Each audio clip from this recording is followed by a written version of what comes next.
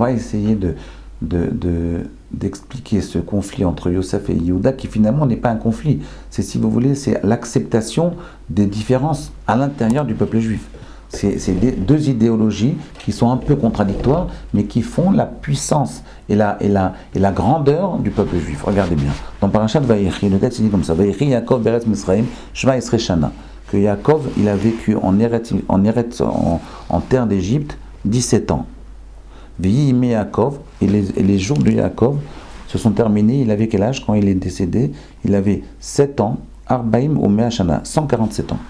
Il avait 147 ans. Qu'est-ce qu'il dit Rashi? Rashi dit comme ça: Vayechi Yaakov, lama parasha zo stuma. Vous savez que la parasha de Vayechi, c'est la seule parasha de la Torah qui est stuma, qui est fermée. Pourquoi fermée? Je vais vous dire comment ça se passe. Dans la Torah, entre le parasha et une autre, en général, on va à la ligne. Mais des fois, il y a des parachutes qui sont stuma, ça veut dire qu'entre le début d'une paracha et la fin de la paracha précédente, il y a l'espace de 9 lettres. Mais la paracha de Vayechi, non seulement on ne va pas à la ligne, non seulement il n'y a pas d'espace de 9 lettres, mais elle est complètement liée à la paracha d'avant. C'est-à-dire Vaïgash et Vayechi, elles sont complètement liées, il n'y a même pas d'espace entre l'une et l'autre. Pour nous dire quoi? Alors Rashi dit pourquoi la paracha de Vayechi elle est stouma, la paracha du décès de Yaakov elle est fermée. Il donne deux explications. Les filles chez Kevan, chez Niftar Yaakov Avinu, Nistemu Enem Velibam chez Israël. Du fait que Yaakov il est décédé, les yeux et le cœur du peuple juif se sont refermés. Première explication. Deuxième explication qui va m'intéresser maintenant, Mitzarat Hashibud.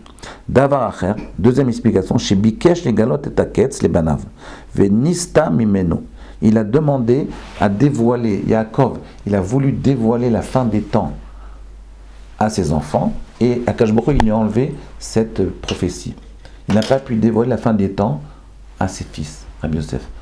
Qu'est-ce que ça veut dire? Comment d'abord on va dévoiler la fin des temps? Ça veut dire qu'on peut parler du Mashiach. Normalement, vous savez, c'est un peu bizarre de parler tout le temps de Mashiach. C'est-à-dire, comment voulez-vous que Yaakov ait rentré aussi là-dedans? C'est-à-dire, on va dévoiler la fin des temps. Tous les textes nous disent qu'on ne peut pas parler à chaque fois de l'arrivée du Mashiach, Il y a un truc qui ne va pas dans ce Rashi, il faut le comprendre. Qu'est-ce qui veut dire Rashi? Que Parasha est Stouma. Pourquoi? Parce que Yaakov, il voulait dévoiler la fin des temps, et qu'en réalité, il n'a pas pu le faire. En réalité, il faut comprendre, c'est une mauvaise traduction. Les galotes et taketz, nous on traduit dévoiler la fin des temps. Mais en réalité, ketz, ça ne veut pas dire la fin. On peut traduire ketz par fin, mais le mot ketz, il a également une autre signification. Est-ce que vous avez une idée? Que signifie le mot ketz, Rabbi Yosef? Vous vous rappelez de ça? Ketz, en réalité, vient de la racine kitsoni. Kitsoni, ça veut dire en hébreu extrémiste. Donc ketz, c'est quelqu'un qui est extrémiste. Kitsoni, ça veut dire extrémiste. Donc ça vient de la racine ketz. Ketz signifie les limites. Kitsoni, c'est quelqu'un qui dépasse les limites. En réalité, Yaakov, il n'a pas voulu dévoiler à ses enfants la fin des temps. Il a voulu dévoiler à ses enfants le secret des limites. Qu'en réalité, un des secrets de la vie, un des secrets les plus gardés, les plus importants de la vie, c'est de connaître les limites entre chaque chose. Quelles sont les limites de chaque période de la vie? Quelles sont les limites de nos occupations dans notre vie? Par exemple, je donne un exemple. Il y a des gens qui étudient la Torah et qui travaillent. Il y en a qui disent qu'il faut travailler tout le temps, il faut étudier la Torah tout le temps. Mais non, il y a des limites. C'est-à-dire jusqu'où ma personnalité elle est faite pour étudier la Torah. Jusqu'à quelle limite je dois étudier la Torah? Jusqu'à quelle limite je dois ramasser de l'argent? Jusqu'à quelle limite je dois parler avec ma femme? Jusqu'à quelle limite je dois parler avec mes enfants? Est-ce que je dois passer ma journée à parler avec ma femme et mes enfants? Ou non, je dois aller au travail, étudier la Torah, m'occuper du peuple et d'Israël, et m'occuper aussi des enfants. C'est-à-dire, chaque chose, elle a ses limites. Et le grand secret de la vie, c'est de bien se connaître. C'est ça tout le message de Rav Wolbe, si vous voulez, dans Da'at Atzmo, la connaissance de soi. C'est un homme, il doit apprendre à se connaître. Il doit construire sa personnalité, apprendre à se connaître. Pour faire quoi? Pour arriver à connaître quelles sont les limites qu'il ne doit pas dépasser dans les différentes activités de sa vie. C'est ça que ça marche. Un homme, il a des activités. Il doit savoir combien de temps il doit passer à chaque activité. Et ça, il peut le décider. C'est pas quelque chose c'est pas un code. Jusqu'où je peux manger. Regardez, par exemple, même dans la nourriture. Jusqu'où je peux manger du cholestérol. Jusqu'où je peux manger de sucre. Jusqu'où je peux manger du sel. Mais même ça, il y a des limites. Il n'y a rien qui est interdit, en réalité. Le sel n'est pas interdit, même pour les hypertenseurs. Le sucre, il n'est pas interdit, même pour les diabétiques. Seulement, ça dépend dans quelle limite. Tout dépend des limites. Rien n'est interdit complètement. Tout dépend quelle est la limite que tu t'es donnée dans l'alimentation, dans la dégustation de sel, de sucre ou de graisse.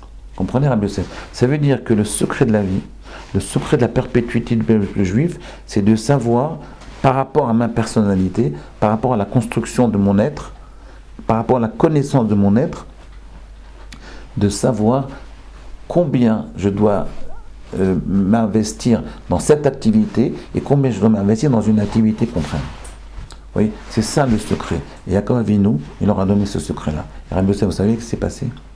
Ce secret-là lui a été enlevé. Qu'est-ce qu'il a fait? Il a compris comment on dévoile. Quand je me crois, il lui a dit, voilà comment tu as dévoilé le secret des limites. Tu vas les bénir. C'est quoi tu vas les bénir? C'est quoi la bénédiction? Tu vas dévoiler à chacun quelle est sa spécificité, quelle est sa génialité, quelle est sa grandeur. Et c'est comme ça que l'homme il va dévoiler. Quand l'homme il va savoir ce pourquoi il existe, alors il va pouvoir grandir et construire sa personnalité selon le côté génial qu'il a dévoilé en lui-même.